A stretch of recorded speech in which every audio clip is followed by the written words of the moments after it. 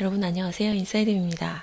입춘이 지났다고 하죠. 제가 겨울을 좀 힘들어해서 그럴 수도 있지만 뭔가 봄이 된다고 하니까 희망적인 느낌도 들고 기분이 좋아지는 그런 게 있는 것 같아요. 여러분들도 그러실까요? 네, 제가 오늘은요. 피해자 마음을 소멸하는 것에 대해서 말씀드리려고 해요. 전에도 말씀드린 적이 있지만 인간사가 누군가 피해를 당했다고 하면 가해자도 있을 텐데 사람들마다 다 내가 피해자라는 것만 얘기한다는 걸 알 수가 있죠.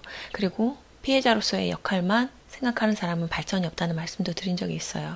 그런데 이 피해자의 마음을 제대로 온전히 느껴서 해소해 주면요. 그 다음에는 나도 어떤 부분에 있어서는 가해자였네. 이런 거를 알 수도 있게 되고 한쪽 방향, 한쪽 관점에서만 보다가 위에서 내려다 보듯이 이렇게 통합적인 관점으로 그 상황을 다시 이해할 수 있고 제로 상태로 바뀌어서 이제 거기서부터 벗어날 수 있는 그런 과정이라고 할 수가 있는데요.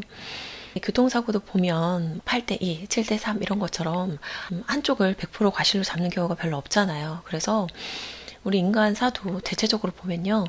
일방적으로 정말 100% 누군가의 잘못으로 그 일이 진행되는 경우는 없다고는 할 수 없지만 그런 일이 굉장히 드물겠죠. 내가 피해자라고 생각을 하고 있는데 피해자로서의 생각을 다 정화를 하고 보니까 상대방이 8, 내가 2 이런 것처럼 이만큼은 내가 가해자로서의 역할을 했네. 그런 것들을 이제 깨닫는 순간들이 오게 됩니다. 근데 그 순간이 오기 전에는요. 내가 피해자로서의 받은 그 상처에 대해서 충분히 느끼고 그 에너지를 빼줘야 되는 거죠. 어떤 사람에 대한 감정이요. 정말 미울 때는요. 정말 사랑하거나 기대가 크거나 그 사람에 대해서 좋은 감정이 있을 때 정말 미운 감정이 들기도 해요. 마음이 중간에서 벗어나서 굉장히 좋은 마음으로 갔다가 기대가 컸던 만큼 실망이 있을 때 미움으로 또 가기도 하는 거죠. 그래서 이 부분에 대해서 정화를 할 때는 내가 기대를 했는데 그것에 대해서 실망을 했을 때 나는 피해자 입장이 되겠죠. 그래서 미운 마음을 느끼다 보니까 좋았던 날도 있었지 하고 이게 약간 진자 운동처럼 왔다 갔다 하는 식으로 내 안에 있는 상대방에 대한 긍정과 부정의 마음을 이렇게 왔다 갔다 하면서 또 제로가 올 때까지 치유를 하기도 합니다.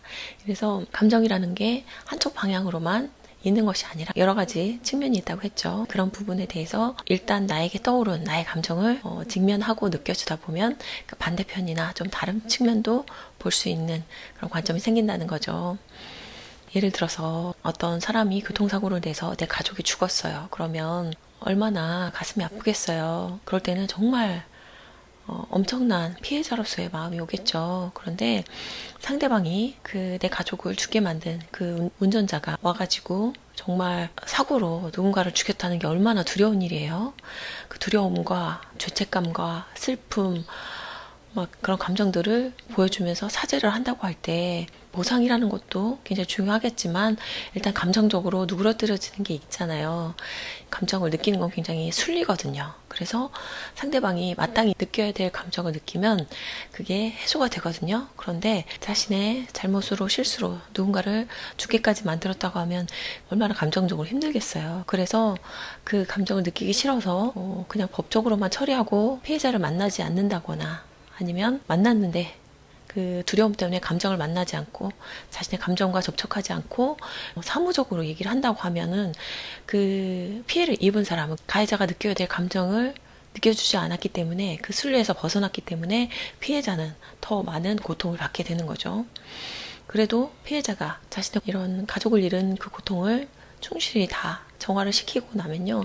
사실은 가족을 죽인 그 운전자도 어떻게 보면 사고라는 게 한 사람이 잘못해서 일어나는 경우가 드물잖아요. 그렇기 때문에 내가 잃은 나의 가족도 사실은 일정 부분 저 사람에게 가해한 부분이 있구나라는 걸 깨닫게 되는 거죠. 이렇게 상호적인 관계에 대해서 전반적인 전체적인 시각을 갖게 됩니다.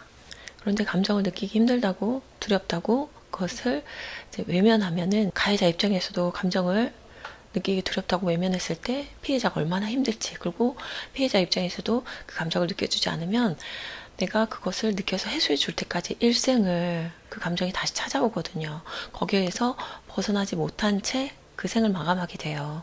물리적인 상처는 저절로 시간이 지나면 회복이 되고 낫는 것들이 있지만 정신적인 상처는 내가 바라보고 느껴주지 않으면 일생 동안 내 안에 계속 머물러 있거든요. 그래서 오늘 꼭 말씀드리고 싶은 거는 감정을 느끼는 것이 순리이고 그것을 하지 않았을 때 타인에게 굉장한 고통을 줄 수도 있고 나도 그 고통에서 벗어날 수 없다는 거죠. 그래서 순차적으로 내가 받은 피해자로서의 마음을 정화를 하고 그리고 나서 혹여나 나도 가해한 부분은 있지 않은지 이런 부분도 잘 살펴보면 이제 두 개의 마음이 다 해소가 되면서 거기에서 벗어날 수 있다는 걸 말씀을 드리고요.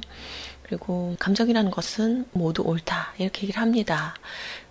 그러면은 다른 사람 걸 빼앗아도 되나요? 누구를 죽여도 되나요? 그러는데 그거는 행동의 문제잖아요. 그래서 감정과 행동을 분리하셔서 감정은 모두 다 옳다 그렇게 이해를 해주고 행동 부분만 조절을 하는 거죠.